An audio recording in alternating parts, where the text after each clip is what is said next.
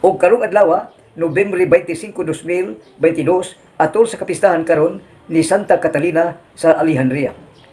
Diri sa Cebu, pista karon sa Carcar City, Cebu.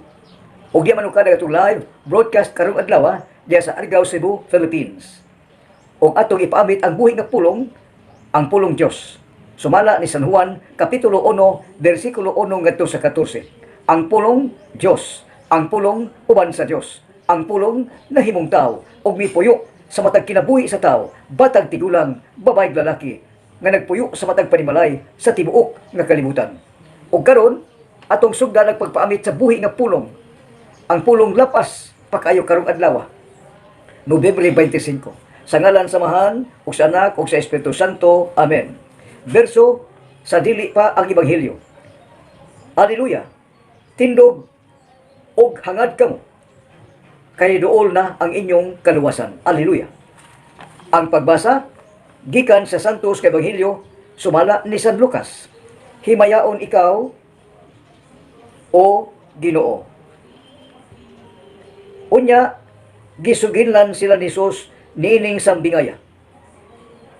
Hinumdumi ninyo ang kahoy igira o ang tanang mga kahoy. Kung makita ninyo nga manahon na sila, may balo kamo nga dool na ang tinginit. Sa ingon usab, inikakita ninyo nga may tabo kining mga butanga. May baluan ninyo ngapit na maghari ang Dios. Timan ikini, may tabo kining tanan sa dili pa mga matay ang mga tao o kamo karon buhi pa. Ang langit o ang yuta mga hanaw, apan dili gayod mapakyas ang akong gisulti. Ang ebanghelyo sa Ginoo. Daygon ikaw, o Kristo.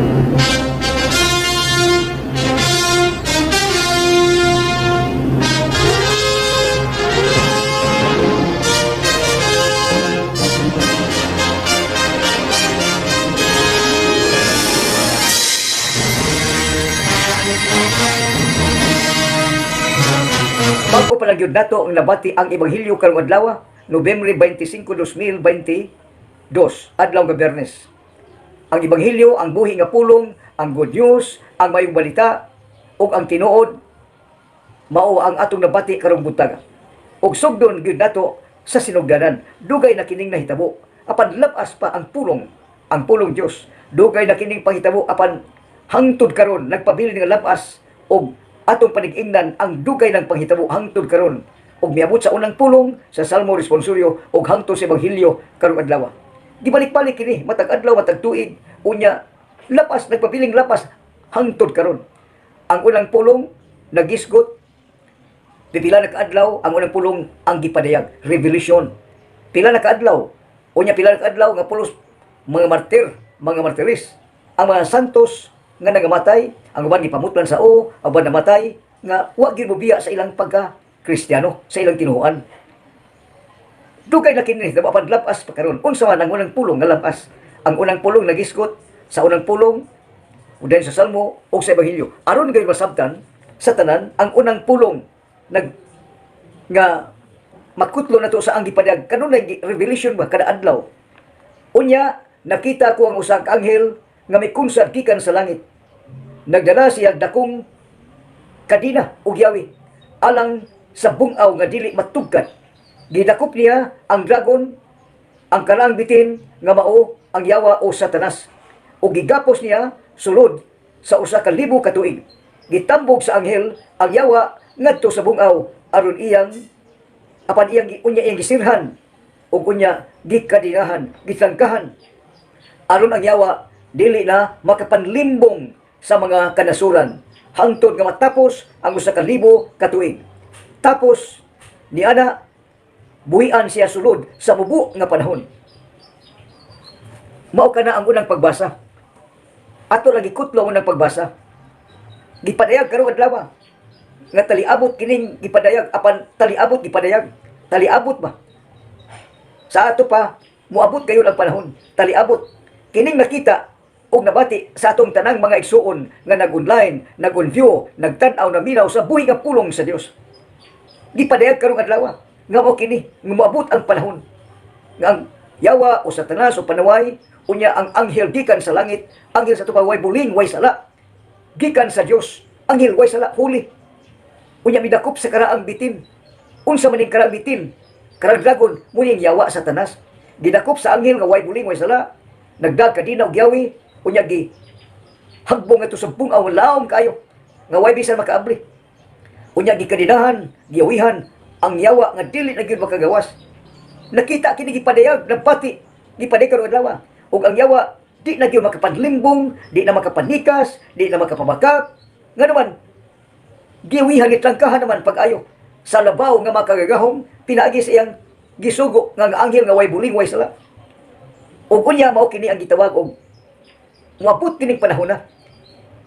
Ang yawa gidakop sa anghel ug unya gitambog, gikadinahan, gisiran og dili na gyud makapangilabot. Ug unya napapas ang karaan, ang karagyuta, karaglangit, napapas, nahanaw, napapas, nahanaw. Mao kini ang panghitabo. Ang mapitabo nga moabot ang panahon nga mapapas, mahanaw ang tanan nga imong makita ug dili makita. Kung ikaw naminaw, nagtan-aw karon, unsa may imong isulti atubangan sa Ginoo samtang taliabot pa kini. Nakita gipadayag karong adlaw nga mapapas, mahanaw ang tanang makita nimo. Nindot man og bati, nindot man apan mahanaw, mapapas. Kung ikaw naminaw, ang imo itubag karon sa gitawag og pagdaig ngadto sa labong makagahom, mao kini ang pulong dinhi nagpuyo ang Dios, taliwala siyang lungsod. Ang Dios bisag asa ding dapita taliwala niya sa sinto. Na kanimo, na tanan, na sa tanang dapit, na sa tanang gayon, ang Ginoo ana kanunay sa tanang dapit, nagpuyo uban kanimo. Gipuy-an ang nagino, ang labaw nagpuyo. Mao kini untang tayko ng Ginoo nga nagpuyo sa tanan gayon nga gayon, sa tanang panahon. Ang Ginoo ana kanimo bisag asa kang lingi, wa tuo at tubangan og saryo. Ang Ginoo naa kanunay nagpantay, nagtan-aw sa tanan nga mga tao, sa tanang iyang gibuhat. Apan mahanaw kini. Mahanaw, mapapas.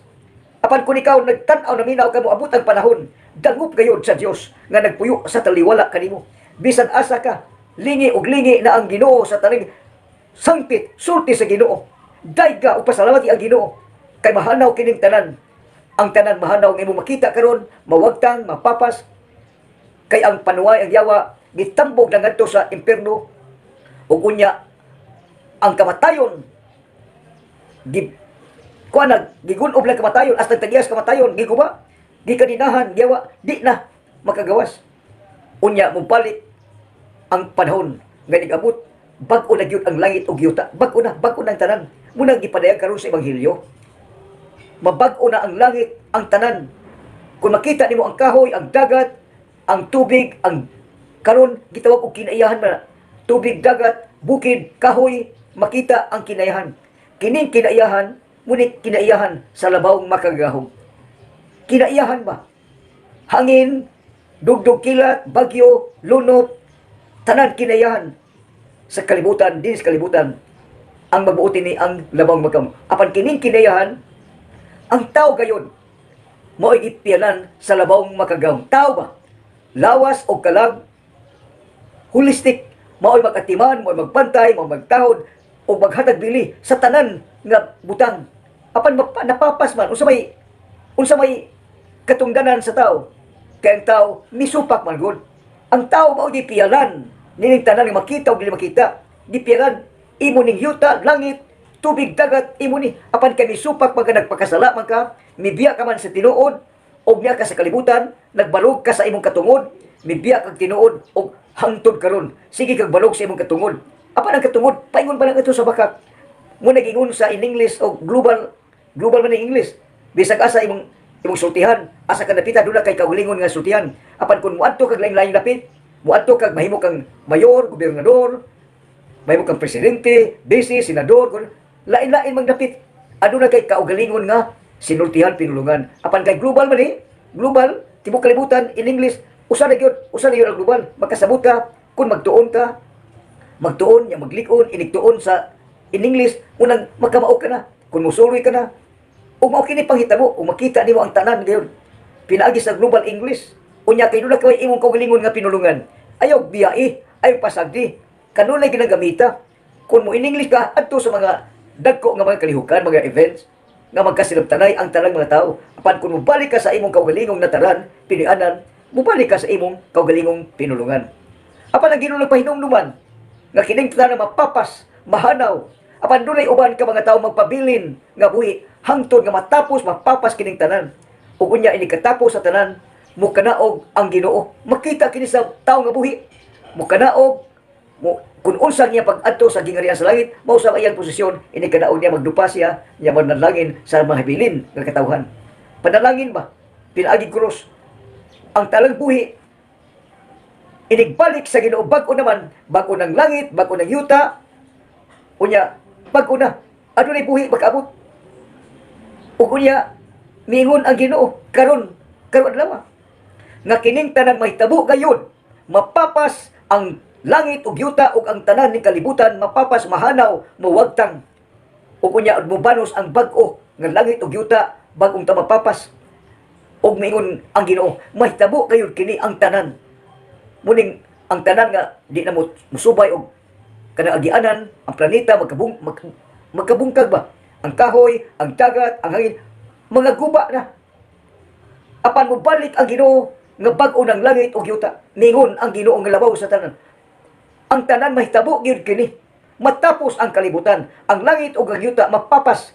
Apan ang buhi nga pulong, ang iyang gisulti dili gyud mapapas ug magpabilin hangtod sa kanturan. Pulong ba? Unsa may pulong? Dios. Iyang gisulti. Ang iyang gisulti dili gyud mahanaw hangtod sa kanturan. Mapapas man ang langit ang yuta, mutipas man ang planeta ug ang matapos ang tanan, mupuli ang pag-ong langit ug yuta ug uyang Ginoo inigpalit sa Ginoo pag unang panahon. Apan ang Ginoo misulti karon, gipadayag karon nga kining tanan mahitabo. Taliabot pa gini, apan wa pa mitaw, gipadayag karon adlaw. Taliabot pa apan kining tanan dinaguok ang makalilisan nga panghitabo, moabot kayon unya ang yawa gi kaninahan di na makagawas. Bisan paganig sa mubo nga panahon, adunay mubo lang panahon. Apan di na tugutan sa Ginoo, magpuyo malinaw ng kalibutan, mahapsay na. O wani magpuyo nga makasasala. Munang nagpahinumdum ang Ginoo sa tanan gayon nga naminaw nagtan-aw. Batag tiguang, laking babae, nagpahinom na ikaw tao mangandam. Lawas o kalag tao. Imong andamon, imong lawas o kalag, kay di kayo may tabo nga magkuwag. Nya, ang Ginoo, mi puyo pa sa matag tao. Gipuyan ang tao, gumikan kay kugma man gimahal. Gikaluyan yung tao.